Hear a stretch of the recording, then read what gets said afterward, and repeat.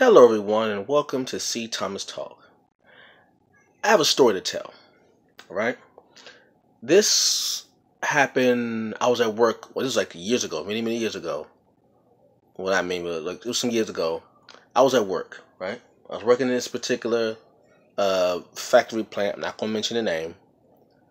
And I was having this conversation with this guy. I forgot the story. I was having this conversation with this guy, and this white guy, and we were having a bit of a disagreement, on the topic. No big deal. Maybe disagree all the time. I had no issue with it. I mean, we disagreed, but I had no issue with the person. Okay, and apparently, my disagreeing with this individual really got them upset. Okay, like I for some reason they thought that my disagreeing was disrespectful to them, and it was based on based on religion, and this is one of the reasons why I stopped. Well, not really. I stopped, but I really gotten better at deciphering whether or not to really have a discussion with somebody on religion or not. I have no problem having a discussion with anything about anything with anyone. I actually no discussion. I have no problem at all whatsoever. And we had a disagreement about something about religious wise, and my disagreeing to him got him upset. But I guess offended him or something. I don't know. So the conversation goes on and on and on. It goes on for a while. It was actually during our lunch break. We had our lunch break. We were at the table, conversing, and it was he and I having a conversation. It was other people around in the conversation, but it eventually went between he and I, this conversation. And the people who were around the conversation were just really they chimed in, here and there, but they eventually stepped out of the conversation. Was just onlookers, just spectators. So as the conversation goes on and on, I'm actually enjoying the conversation. He's not, and we just agree. Well, I agreed to disagree. I said okay. Well, the way we ended the conversation was we'll just agree to disagree. Okay, we'll just agree. Actually, because the conversation was about whether or not the Bible is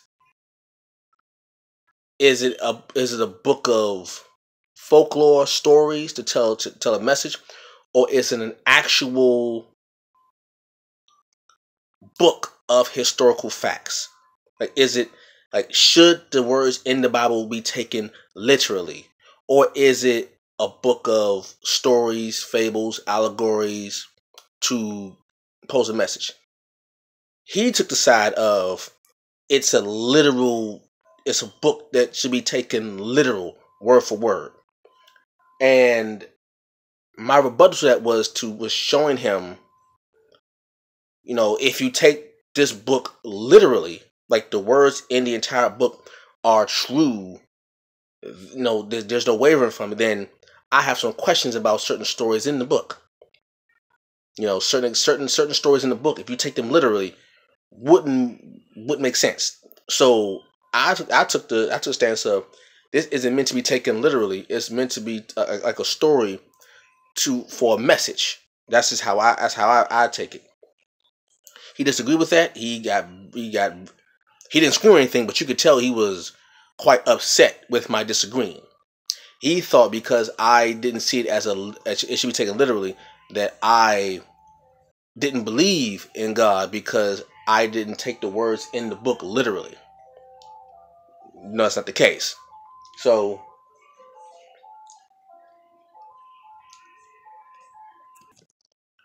sorry about that. There was some background noise real loud. Anyway, he thought because I had a stance of if you take some of these stories literally, then there's some serious issues going that I have. I expressed my issues. He said his stuff. Well, okay, cool. I was cool with it. I was cool with the fact he disagreed with me. I didn't mind him disagreeing. That's fine. So we had this conversation throughout the entire lunch break. Just the thing. The lunch break was like 10 or 15 minutes. Like a 10 or 15 minute.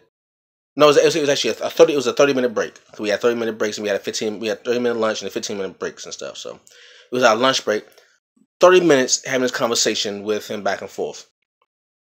Now, the conversation goes on, and we just agreed. I say, okay, well, we can just agree to disagree. I will, respectfully agree to disagree.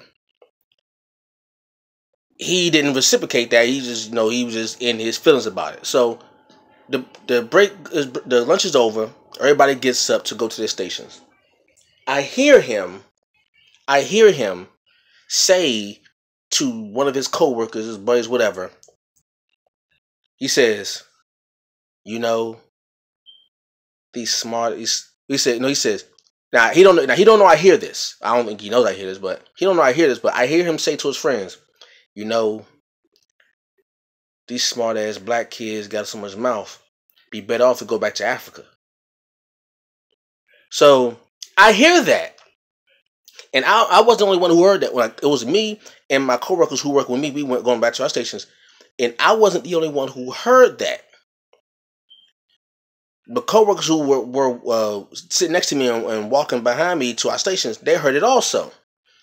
And they came to me and said, Chris, did you hear what he said? I said, yeah, I heard what he said. He said, you wanna it's like you wanna go to the manager? I thought about doing it, but actually I didn't. Later I forgot about going to the manager and talking about that. I really forgot about it because I was so I said I think I should, but then as I was so focused on going back to my station to finish work, I actually forgot about going to my manager and talking about this. So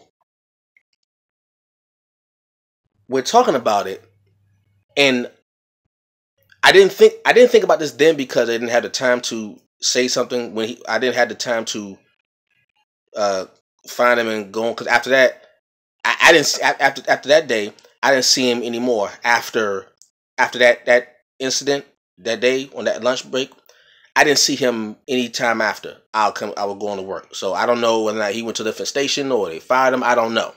I just from that conversation forward, I never saw him again.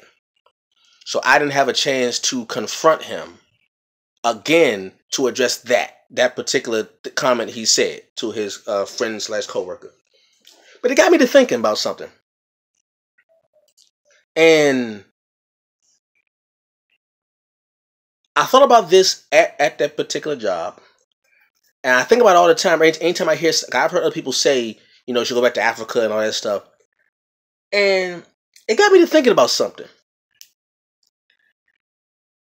I don't usually do this, but I'm gonna go into my petty bag. I'm not really a petty person. I don't do the whole you do something to me, I get you back for the sake of I don't really do that, the whole getting you back thing, the whole petty get back stuff. That's not really me. I don't have the patience for it. But this is the one time I had a petty thought. This is the petty thought I had. I said, And I said this to the coworker who asked me should I say something to the manager about this. I said, you know what? What if black people in America were to actually be petty and go back to Africa, like we always get told to, why don't you go back to Africa? All right. What if we go back to Africa, and when we go back to Africa, we take everything that we invented? I made a comment to my coworker like after this situation we had, because she wanted to talk more about it because she understood where I was coming from. Like she believes in God too, and she agreed with my standpoint. She knew that I never said I didn't believe in God. She understood my reasoning behind why I don't think that the Bible should be taken literally. Because let's just take a story in the Bible and let's take it literally. How about Jesus walking on water? The story of Jesus walking on water. All right. Let's make that a literal story, shall we? Okay. So Jesus and his disciples are on the boat. For those who don't know, Jesus is sleeping on a boat. The disciples are on the boat, and there's a storm. There's a storm going on, right? There's a storm going on the boat, and the boat is getting tossed and turned with the waves and the water and the rain and stuff and all that. The high winds, the thunder, the clouds, all that. It's bad out in the water. It's serious. It's serious business out there. Okay? Shoot. And his disciples are afraid that the boat is gonna break, turn over, collapse. They're gonna die. They're gonna drown. All right. So one of the disciples goes and wakes Jesus up. Jesus is sleeping. They wake him up. Say, please, can you please come? Stop this. It's crazy out here. Can you stop this? Okay. Jesus goes out. He goes out. He goes up to the top of the boat, the deck of the boat. He goes onto the water. Not without a boat. He walks on water. He physically gets off the boat. How he gets off the boat, I don't know. Unless he just dives off the boat. Okay. He gets off the boat, stands on the water, walks on the water, lifts his arms up and say, "Peace, be still." He's telling the storm to cease. He's telling a force of nature, and if you take from the Bible, he's telling a literal act of God to stop. He's telling God to stop a storm. Since nature is a force of God, it's an act of God. They have it's a force of nature is an act of God. So he goes out in the water and he tells the storm to stop. Meaning, if you want to take the story literally, we're going to take this story literally. So one story, we're going to take it we'll take word for word, okay? Literal. That means the words that you see and read are true as follows, okay? He goes out, gets off the boat, lands in the water, walks out on the water. He's walking on the surface of the water. He's on the surface of the water. Okay? He goes out, puts his arms up and says, "Peace, be still." And the storm stops. The storm stops. Okay? That's the story in there. His disciples are astonished by this, rightfully so. I understand it. And they ask him, how do you do this? How do you do this? And he tells Peter, the fisherman, to come on out of the boat and walk on the water. Come to me. So Peter naturally is a little bit apprehensive to do that because he's like, "Oh no, I know you could do it because you're the Son of God. I don't think I could do that." Jesus convinces him to go out in the water. Peter goes in the water. He walks on the water. He's on the water. Doesn't drown, doesn't fall in. He walks on the water. Jesus tells Peter, "Walk to me. Do not take your eyes off of me. As long as you keep your eyes on me, you'll be fine." So Peter looks directly at Jesus, walks on the water towards Jesus. He gets to Jesus. They hold hands. Peter is elated, naturally. Peter looks down at the water to really see if what he's doing is true. And he can't believe what he's doing. And in doing so, he falls in the water. He's just not sure. He just falls in the water. Jesus picks him back up and says, "Ye of little faith." Now, that's the story. Now, if you were to take this actual story literally, there are so many principles of physics that are broken that don't, because if you could take the story, if this is actually a literal story, then people can do it now. In fact, I know I'm sidetracking, but in fact, there was a preacher in Africa who thought he can walk. It was like years ago. I remember the story. There's a preacher in Africa who thought he could walk on water.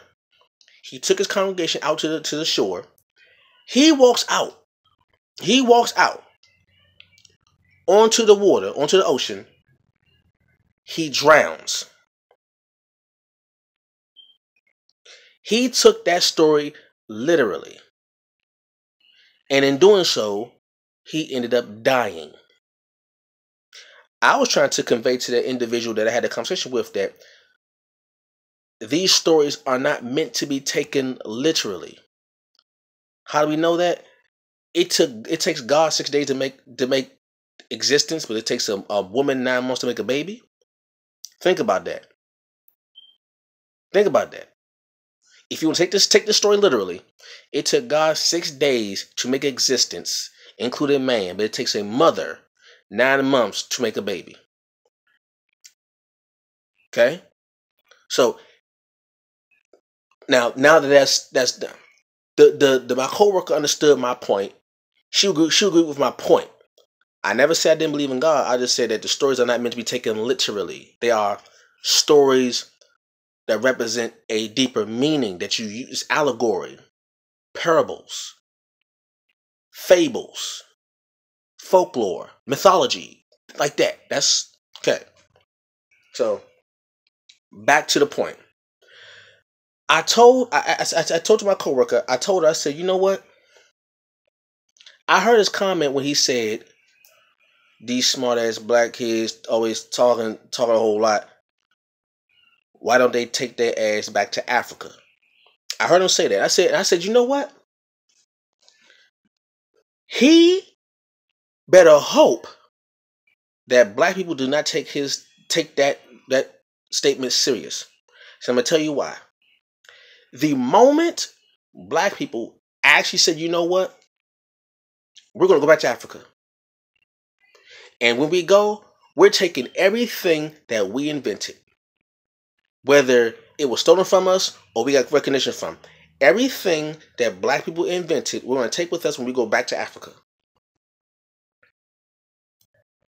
I told her, I said, think about what would happen to America if black people took all of their inventions with them back to Africa. Do you know what would happen to this country economically, socially, politically, spiritually, if everything that black people invented we took back when we went back to Africa like you told us to?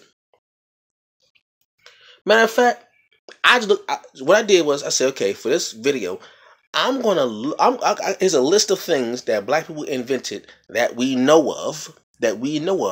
Black people invented that if we would go back to Africa, we would take back. Okay, let's go. All right, the blood bank. For those who don't know, was started and pioneered by Dr. Charles Richard Drew. Okay, the blood bank we would take back with us. All right. How about what George Washington Carver did with the peanut? He didn't invent the peanut. That's a misnomer. He did not invent the peanut, nor did he invent peanut butter. He made products using peanuts, sweet potatoes, pecans, and soybeans. But let's see what he invented with these plants and food. All right. Let's see. With these products, he made rubber substitutes, adhesives, glues, foodstuffs, stuff to prep food, dyes, pigments, and other products. So let's just say if we go back to Africa, we take that with us. We take rubber substitutes, adhesives, foodstuffs, dyes, pigments. Imagine what the art world would be like. Imagine you going to Home Depot, right? And you saying, excuse me, do you have a paint red 45, right? Do you have that? And the person at Home Depot says, no, sorry, we don't have that. And you say, well, why don't you have red 45? It's a particular color that we need. Why don't you have it? Say, well, due to the fact that the inventions from George Washington Carver and the black people that left the United States went back to Africa, they took that. So you don't have a Home Depot without that. Think about that. You don't have a Home Depot without that. Okay, let's go. How about George Crum? Many people don't even know that name. George Crum. Let's see what would happen if we took the inventions of George Crum back to Africa with us. All right. Let's see. The potato chip was invented in 1853 by George Crum. Let me say it again. The potato chip was invented in 1853 by George Crum. So, can you imagine going to a cookout or going to a tailgate party or going to a birthday party and you're saying, "Hey, did anybody bring the chips? Who brought chips?" And somebody say, "Well, sorry, all the stores ran out of potato chips." And you say, "Why do you run out of potato chips? How you run out of potato chips?" Well, remember, all the black people went back to Africa? Like, yeah. Well, they took the potato chip with them. They took the potato chips with them. All the potato chips, all the Lay's, Frito-Lay, Doritos, all that, they're gone. Every store in America is empty of potato chips because the black people went back to Africa and they took the potato chips with them.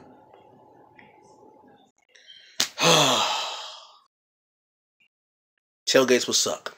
All right, let's go. How about how about Catalonia Joaquin Dordicus? Okay, was an African American inventor who received many patents. He invented an apparatus that for applying dyes to the sides of soles of heels of shoes. I'm gonna say it again because that's gonna be really important nowadays. He invented an apparatus, a device, a mechanism for applying dyes on the sides of the soles. See if I can find something. On the sides of the soles and heels of shoes. Meaning, you have no red bottoms. Imagine Christian Louboutin. You go to a store and you say, "I want some Louboutin shoes. I want some red bottoms." And the man says, "You want some what?" "I want some red bottoms." So I'm sorry, we don't have any red bottoms. Why not? Why don't have no more red bottoms? No, we don't have no red bottoms. Why not? Because remember when the black people went back to Africa? Like, yeah, they took the device that put the dyes or the paints on the sides and bottoms of shoes. So Louboutin's most famous shoe, the red bottom, would not exist. All right, let's keep going. How about Philip B. Downing? How about him? You know that name? You don't know that name? Well, maybe you know. Maybe you know his invention. Maybe you've heard of his invention. Let's see. The street letter drop mailbox with a hinged door that closes to protect the mail was invented by Philip B. Downing. You go to someone's house, right? You open up the mailbox, the door you pull down. That little thing you do. You do realize that without this person, Philip B. Downing, all your mail will be stolen. So imagine. Let's just imagine. Can we imagine? Close your eyes and imagine, okay? Close your eyes and imagine. Imagine tax season comes, right? And you file your taxes or you claim kids and get taxes or whatever. You know how people do. We ain't gonna talk about that. And some time come and you're waiting for your refund check because you know you're gonna get a nice fat refund check. You know what I'm talking about. You know. That nice fat refund check, like that $3,000 plus refund check that you're going to get. Imagine you're waiting for like crazy. Your taxes come in. You are waiting for that tax money to come in because, you're going to pay your rent up and buy you some crazy stuff. Let's just say that. And one day, right? Let's say one day, you get notification that your refund check is in the mail. It's in there. You've been waiting you waited months for it. You can feel it. Oh, you can just imagine how good it's gonna feel to pay your bills up. You can just imagine how good it's gonna feel to buy some stuff for the house. For that one bit of moment, that one moment, you can ball out. You can just ball out of control, right? You get to your mailbox, right? You get off work. You're rushing to the house. The first thing you do is you hit the skirt right to the mailbox, right to your mailbox, right? Right there. You get to your mailbox. You stick your hand in the mail slot. You get your mail out, right? You get your mail. Nothing. Bills. Don't worry. I don't worry about those. I'm gonna pay those bills today. Don't worry about those bills. Gas bill gonna get paid today. Electric bill gonna get paid today. Oh, lights gonna get paid today. We gonna yes, get paid all that stuff. Debt collector, whatever. We gonna pay this. Wait a minute. Where's my refund check? Hold up. Where's my refund check? You calling everybody. You call the mail people. You say, excuse me, UPS so and so, yeah. I got a notification here that my refund check came in the mail. And they say, yes, we put it in the mail. Yes, we did. Yes. Matter of fact, the person who put your mail in, who put your mail in just walked in. Say, I want to speak to the person who put my mail in my mailbox because I want to know what my refund check is. That's what I want to know. Hello? Yes. Did you put my mail in it? Yes, I did. Did you happen to get a a piece of mail from the IRS? Yes. That's my refund check. Yes, I put it in the mailbox. Well, if you put it in the mailbox, why? How come I can't find it? I don't know. Come to find out, somebody stole your refund check out your mailbox. Do you know why they did it? Because there's no hinge door on your mailbox. Somebody just go willy-nilly, stick their hand in there. They got bills, huh? Ooh, they got electric bill, they got gas bill, they got light bill, all that stuff. They got refund check too. Guess who won't be paying the bills? I'm taking their refund check. Imagine a whole nation of people getting their refund check stole because black people said, you know what? Since we're going back to Africa, we're taking all the hinges. We can take all the door hinges off your mailbox. All mailboxes, come with me. Come with me. The street letter, the drop box, give me them. Give me all the blue. Give me all the blue mailboxes. Give me all them. Thank you. They going bills back to Africa. You will have a civil war on your hands if the people ain't get their tax refund check because the mail ain't got there. All right. Let's see what else we got. The gas mask. Who knows about the gas mask? Who knows about the gas mask? You know Gary Morgan? He invented the gas mask.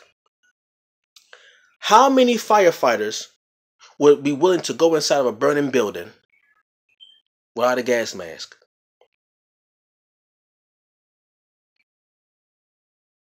How many would do that? None? Okay. How many soldiers fighting will go into a building or a war zone with different kinds of gas without a gas mask? Because the black people that you told to go back to Africa took all the gas masks with them. How about, okay, that's off there. How about this? Sarah S. Good, a businesswoman and inventor. Good invented the folding cabinet bed. Heard of that? The folding cabinet bed? It's a space saver. Folding cabinet bed. When it fold up, it becomes a desk. All that. How about Lewis Latimer? How about Lewis Latimer? Anybody heard of him? Light bulb, the carbon filament. Anybody heard of that? The reason why your 75 watt light bulb lasts longer is because of the filament, the carbon filament in there, the tungsten carbon. You know, anybody heard of that? No. So if you wonder why you turn the lights on and your lights come on, they still last for a good long time. What if black people took all the light bulbs? They went in, they took all the light bulbs out your house. Oh, forget that. Here we go. Keep your light bulb. Give us all the carbon filament, all the little carbon wires. Give me that. Open your light bulb up. Give me your carbon filament, and you take some other metal that won't last long, because carbon has the highest melting point of any element. Next is tungsten. Okay, how about, like I said, the mailbox? How about Elijah McCoy, the real McCoy? How about that? How about the mechanical engineer and inventor? He invented the steam engine lubrication. You don't have the Industrial Revolution without him.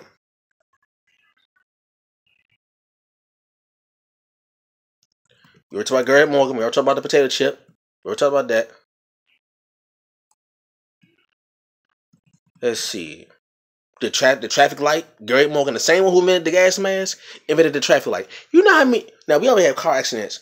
You know what it'd be like. Let's just say you on a busy intersection in New York.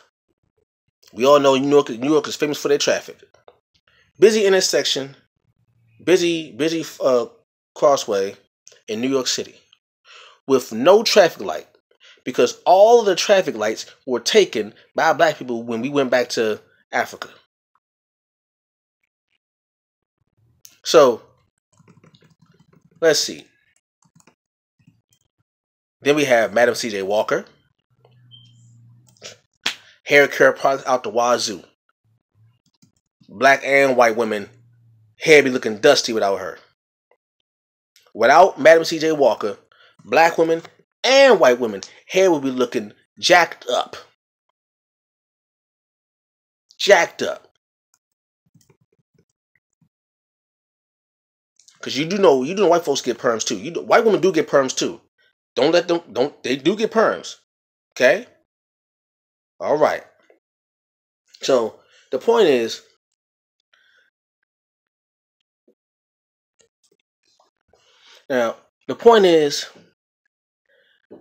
I could have easily just ran circles around them, because you gotta think, I didn't even talk about the super soaker. I didn't even talk about phone. I didn't even talk about the computer, brooms, dustpans, refrigerator, microwave. I didn't even talk about all of that. But let's just say I didn't even talk about the Bible, because what he obviously don't know is that if we take everything we made back to Africa, that Bible goes with us too. That's what he don't know. The stories in the Bible are African stories based around what they call the Horn of Africa: Egypt, Ethiopia, Uganda, Tanzania. What he don't know is those stories are African stories. So if we were to go back to Africa and take with us what we invented, he don't have that Bible. Now obviously he don't know that. He don't know that. That man, he looked like he was about in his 50s or 60s. So I'm having a conversation with an elderly person. Not an elderly person, but he was older than I am. He was an elder of mine. But he obviously doesn't know what he's really saying when he makes the statement about going back to Africa. No. All the diamonds that De Beers and K Jewelers and every kiss begins with K mainly come from Africa. South Africa, to be specific. The diamonds go with us. The gold goes with us. Right. And the thing is, that was just, there's so many, it's just so, like, a list. That's just in America. That's just in the United States of America. All right? I could have gone on. I can go in alphabetical order and still be in the A column. if we were to do this. But, you know, I know he had a certain level of ignorance. That was an ignorant comment. Because ignorance means you don't know. He was comfortable in his ignorance. He was comfortable. He was comfortable and content in his ignorance. And the thing is, that was just what, 19th century on up. I only gave inventions from the 19th century on up. I didn't do 1700s, 1650. I didn't go back. I just went from the 19th century to the present day. The internet, gone. Computer, gone. Refrigerator, gone. Most, if not all, of the household appliances in your house would be gone if you told black people to go back to Africa and we took everything that black people invented. Your house would be butt naked empty. You couldn't cook your food. You wouldn't have a place to put your food in. You couldn't reheat your food. You couldn't have things to cook your food on or with. You don't. So, looking back, had I told him all that, had I actually confronted him about that statement, as opposed to the whole religious conversation we had, it would have got worse. I would have been accused of being disrespectful to an elder because I would hit him with all facts. He didn't want that problem. So, anyway, hope you all enjoyed my little story.